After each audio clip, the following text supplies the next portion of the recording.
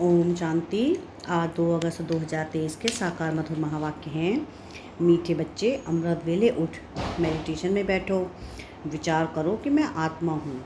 हमारा बाबा बागवान है, वही खिवैया है, मैं उनकी संतान हूँ। मालिक बन ज्ञान रत्नों का सिमरण करो।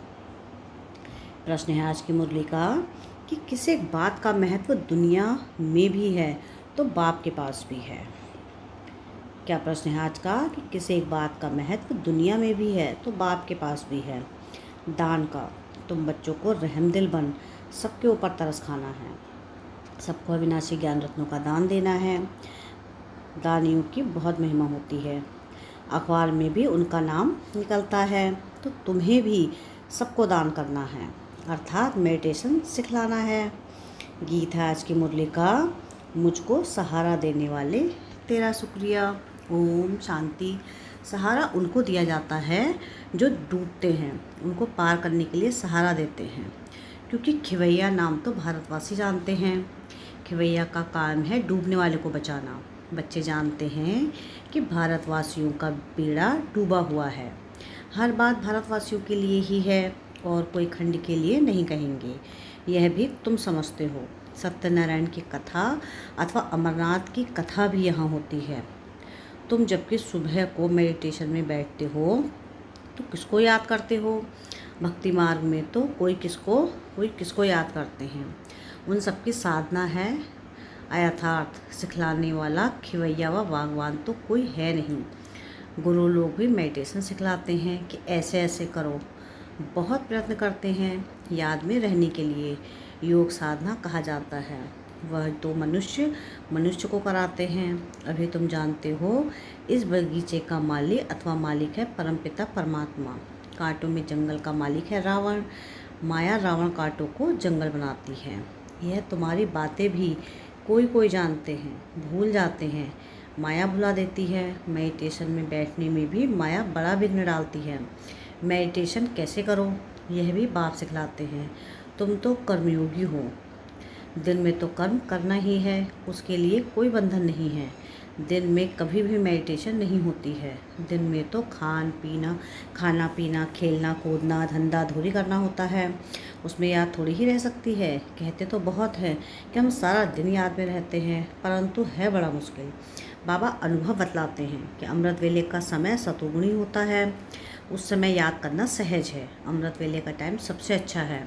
दिन में तो लफड़े रहते हैं। हाँ, कर्म करते समय याद स्थायी रह सकती है तो बहुत अच्छा, परंतु बाबा अपना अनुभव बतलाते हैं।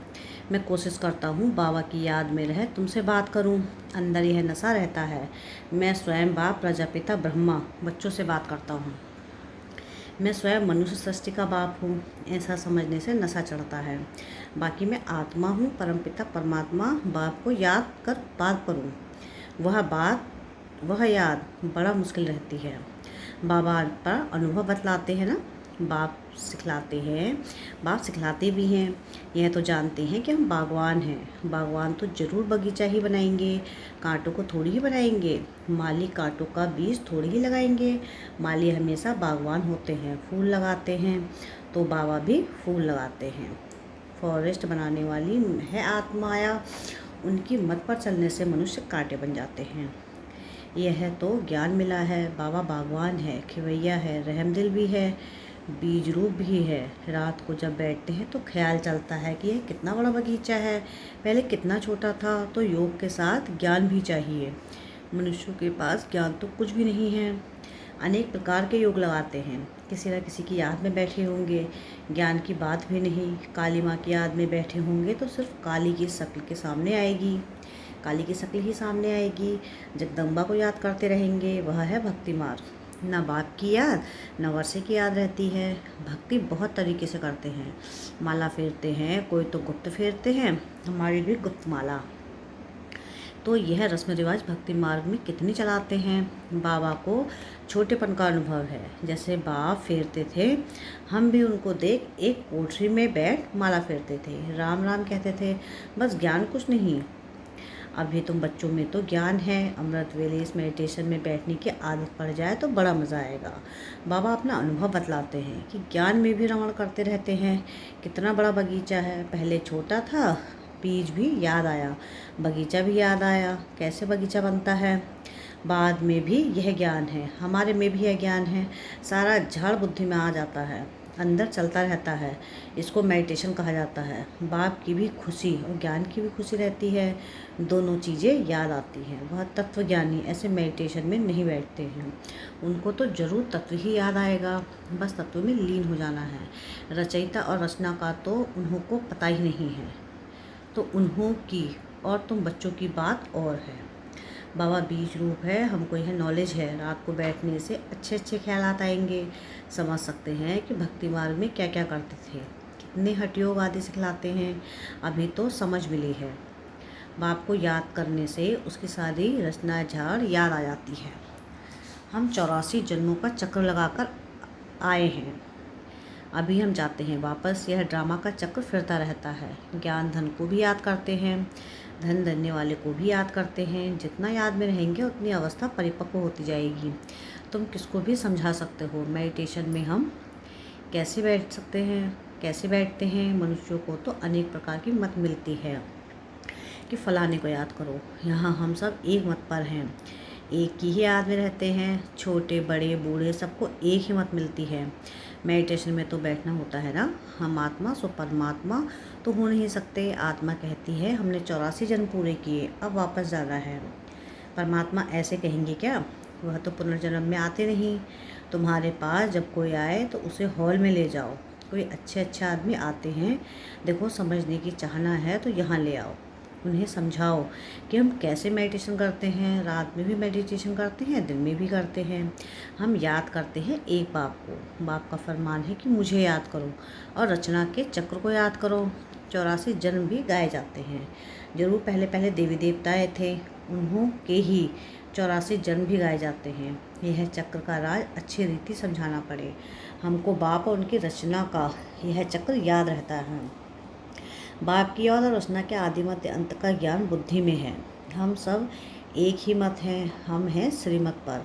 वहाँ पतित पावन बाप ही आकर बेहद स्वर्ग का वर्षा देते हैं, तो बाप को जरूर याद करना पड़े ना।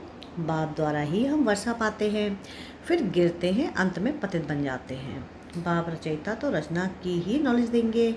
गॉड फादर इस नॉलेजफुल पतित पावन तो जरूर पतित दुनिया में आकर पावन बनाएंगे ना। ऐसे तुम कोई को बैर समझाएंगे तो प्रभावित होंगे।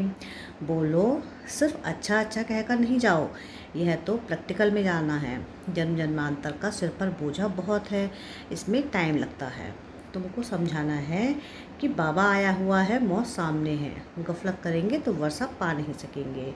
शुभ कार्य में देरी नहीं करना चाहिए। अब सीख कर जाओ। इस मेडिटेशन में बैठने से तुमको नशा अच्छा चढ़ेगा। अभी बाप को याद करो, तुम्हारा बाप तो है ना। भक्ति मार्ग में जन्म जन्मांतर याद करते आए हो। लौकिक बाप तो हर जन्म में बदलता है, फिर भी तुम निराकार बाप को जरूर याद करते हो, क्योंकि वह है अविनाशी बाप। विनाशी यानी लौकिक बाप से विनाशी वर्षा मिलता है, अविनाशी बाप से अविनाशी वर्षा मिलता है। हम एक श्री की श्रीमत से श्रेष्ठ बनते हैं। आदि सनातन तो देवी देवता धर्म ही है, उनके सिर्फ और विरादरी निकलती है। सन्यासियों का है रजो प्रधान संन्यास, यह है सतो प्रधान संन्यास, यह है ही राजयोग। भारत का मुख्य शास्त्र है गीता। तो मेडिटेशन के लिए है समझना है।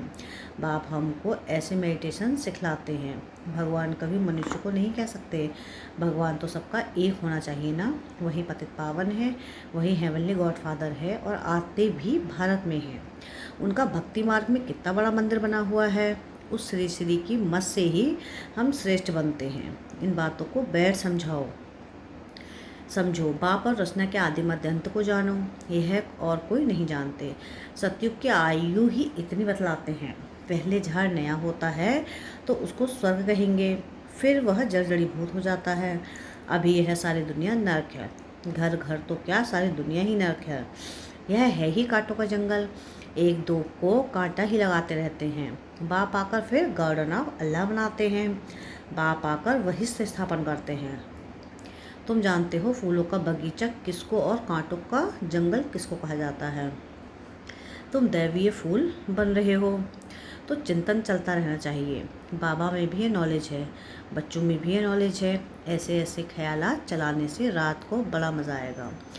ऐसे ऐसे समझाएंगे, बेचारे कुछ नहीं जानते हैं, इसलिए अपने को तरस पड़ता है। वो गॉडफादर कहते हैं, परंतु बाप को और उसकी रचना को जानते नहीं हैं। हम भी अब अल्लाह के बच्चे बने हैं, समझाने का भी बड़ा नशा चाहिए।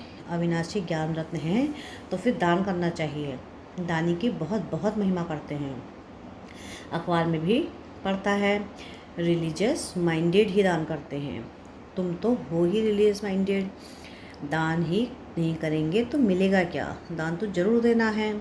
ज्ञान दान देना तो अति सहज है। बाबा बतलाते हैं, हम ऐसे मेडिटेशन में बैठते हैं, इस दुनिया का चक्र ऐसे फिरता है। पहले एक धर्म था, पीछे यह धर्म निकले, यह सब बिरादरियाँ हैं। यह बातें तुम बच्चों की बुद्धि में बैठनी चाहिए। बच्चों को योग का बहुत शौक़ रहता है।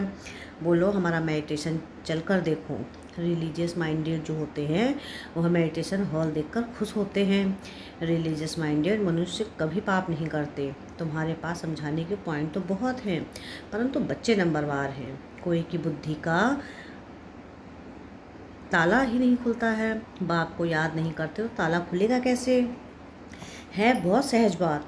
समझाना है हम याद में कैसे बैठते हैं। मनुष्यों को तो पता नहीं है कि हम किसको याद करते हैं। हमको सिखलाने वाला स्वयं निराकार परमपिता परमात्मा है, जो सबका बाप है। वह पतित पावन गॉडफादर हमको राजयोग सिखलाते हैं। अब तुम सीखो ना सीखो, हम सबकी तो एक ही मत है। श्री श्री से हम मत ले रहे हैं। यह है एम ऑब्जेक्ट। जैसे बाप नॉलेजफुल, वैसे बच्चे मनुष्य से देवता एक ही बाप बनाते हैं।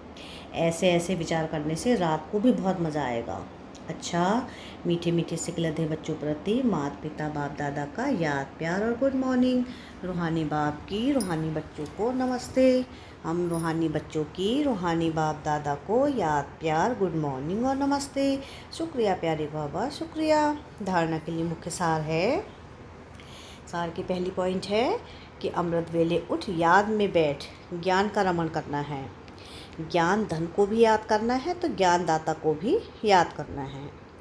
सेकंड पॉइंट है कि ईश्वरीय नशे में रहकर सेवा करनी है। सबको मेडिटेशन करने की सहज विधि समझानी है, एक मत होकर रहना है। वरदान है आज की मुरली का कि रूहानी प्रसन्नता के वाइब्रेशन द्वारा सर्व को शांति और शक्ति की अनुभूति कराने वाले सर्व प्राप्ति स्वरूप भव, जो परमात्मा प्राप्तियों से संपन्न सर्व प्राप्ति स्वरूप बच्चे हैं, उनके चेहरे द्वारा रूहानी प्रसन्नता के वाइब्रेशन अन्य आत्माओं तक पहुंचते हैं और वे भी शांति और शक्ति की अनुभूति करते हैं। जैसे फलदायक वृक्ष अपनी शीतलता की छाया में मानव को शीतलता का अनुभव कराता है और मानव प्रसन्न हो जाता है, ऐसे आपकी प्रसन्नता के वाइब्रेशन अपनी प्राप्तियों की छाया द्वारा तन मन के शांति और शक्ति की अनुभूति कराते हैं। स्लोगन है आज की मुरली का कि जो स्मृति स्वरूप रहते हैं उन्हें कोई भी परिस्थिति खेल अनुभव होती है। क्या स्लोगन है आज का? जो स्मृति स्वरूप रहते हैं उन्हें कोई भी परिस्थिति खेल अनुभव होती है। अच्छा, ओम शांति।